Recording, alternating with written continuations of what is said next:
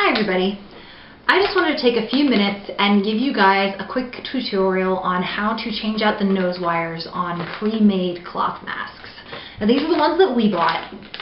They come individually packaged. They are washable, which is part of the big reason that we got them. And they also have a filter on the little filter thing on the side, which makes it a little bit easier to breathe through when you have the filtration material inside. Now these came with a nose wire that essentially amounts to a white zip tie that would come with, bread at a grocery store. This is certainly something that you could use if you were making your own mask, but it's definitely not your best option. So in order to make these changes, what you're going to need is obviously your mask. You're going to need an artist's or really any kind of X-Acto knife. Just something with a point, preferably, and a very sharp blade. You're also going to need a pair of pliers, and a pair of pliers that have wire cutters included in them, because that way you don't have to worry about an extra set of tools. And last but not least, obviously you're going to need whatever wire it is that you're going to replace your nose wire with. This is 20 gauge wire. I'm using jewelry wire, but really you can use any type of wire that you get at a hardware store, a craft store, whatever. 20 gauge just seems to be a good size for this particular project.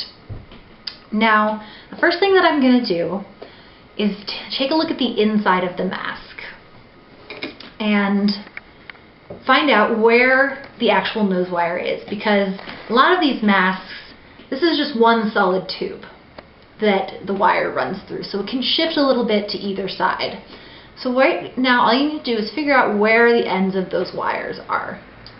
Now what I do is I just make a nice little fold here at the end so I can keep track of where that edge is. And once I've done that, I'm going to set it down here on the table just so I can keep my fingers out of the way. Take the X-Acto knife, and now when you're using the X-Acto knife, I like to use it blade up, because really all you want to do is cut with the point of the blade. You don't really want to be using the full length to do the cutting. So once again, find your edge, and I tend to cut just a hair in from the edge, not all the way to the outside. So just going to hold it like this, just keep your fingers as far out of the way as you can, and with just the tip of the knife, make a little cut. And you can go back and open this up a little bit more if you need to, but start small, especially because you want to make sure you don't cut your hands and you don't want to cut the outer layer of the tube. So once you've got that one side done, you can go ahead and just repeat the process on the other side.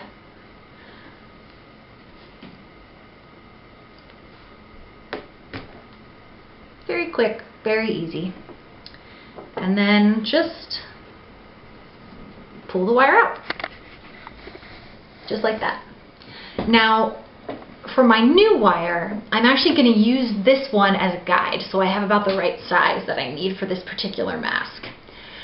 But what I'm going to do is when I do take the wire, I'm going to cut probably about an extra ½ inch on the end here. That way I have about a ¼ inch to fold over and create a smooth edge for the wire so there's nothing sticking out and poking you in the nose through the fabric.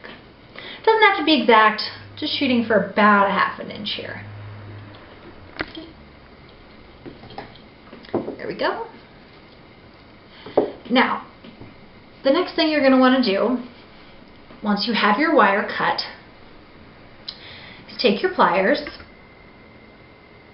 grab the end, and just give it a very easy little fold. Just like that. Really simple, not too complicated. If you'd like, you can then take your pliers and even flatten this out a little bit more, just to keep as minimal edge as possible. And then all you have to do the same thing on the other side. Grab your wire, give it a little bend.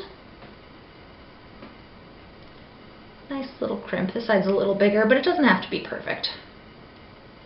Oops.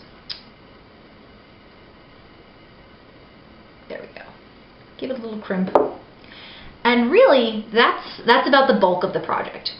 Now, these masks don't always have, the wires are not always centered when you pull them out. So where you cut the hole for the wire may not be exactly where it's going to lay. But what you're going to do is just find one of those little open holes, take your wire, and just very carefully thread it through. Might take a little bit of finagling because the space can be a little small sometimes, but you're just trying to make sure you get the whole wire inside the tube of fabric. Now, once the wire's inside, you just want to kind of give it a little wiggle and just center it really as best you can because you want it even under both of your eyes. And really, that's about it. That is the quickest, easiest way I've come to find to add a nose wire to a mask that already had one that wasn't strong enough, or a mask that included a top piece like this where you could insert a wire that didn't already have one. If you really want to, you can clean up these little holes, stitch them back closed with like a matching colored string. I personally don't see a problem with having the holes. It makes it a little easier to change the wire out if there were to be any problems. Plus, it's on the inside of the mask and nobody really sees it.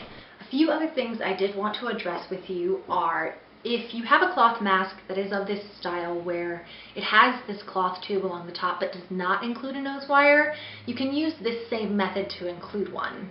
However, because you will not have obviously a pre-existing wire to measure against, my suggestion is to cut about 6.5 inches. This is going to provide you with about that 1/4 of an inch on each end to fold in to protect your nose, but will still give you the recommended 6-inch piece that most mask makers use. The other thing I wanted to talk to you about was washing your masks. Now, if you're wearing a cloth mask, it should be washed after every use. It doesn't matter if you've gone outside for an hour or if you've been outside all day. They should be absolutely disinfected after every use. The first thing you're going to want to do, obviously after you take off your mask, wash your hands very well with soap and water. Then you're going to remove whatever filter material that you have and place that material in a plastic Ziploc bag. That's where you're going to keep it until you're ready to use it again. You cannot disinfect filter material. Spraying it with alcohol or other disinfectants can make it significantly less effective. Now, as far as washing the mask itself, it can be washed by just soaking it in boiling water, which is very simple, very easy. Just make sure you let it dry completely before you use it again, and in this case, you don't have to worry about the nose wire. However, if you're choosing to wash your masks in a washer and dryer with detergent, my suggestion is, if you have not sewn in your nose wire, to remove it. This isn't necessary, but there is always a chance that the wire could become dislodged, and you definitely do not want a small piece of wire wedged into your washer or dryer when there's not going to be anybody around to fix it. Beyond that, if you have any questions, any concerns, anything that you would like a little bit more information on, please feel free to leave it in the comments below, and we will do our best to get back to you. Until then, this is Mike on the camera. Stay safe, everyone. And this is Phoenix. Hopefully you all stay safe, stay well, and we will see you all when it's over.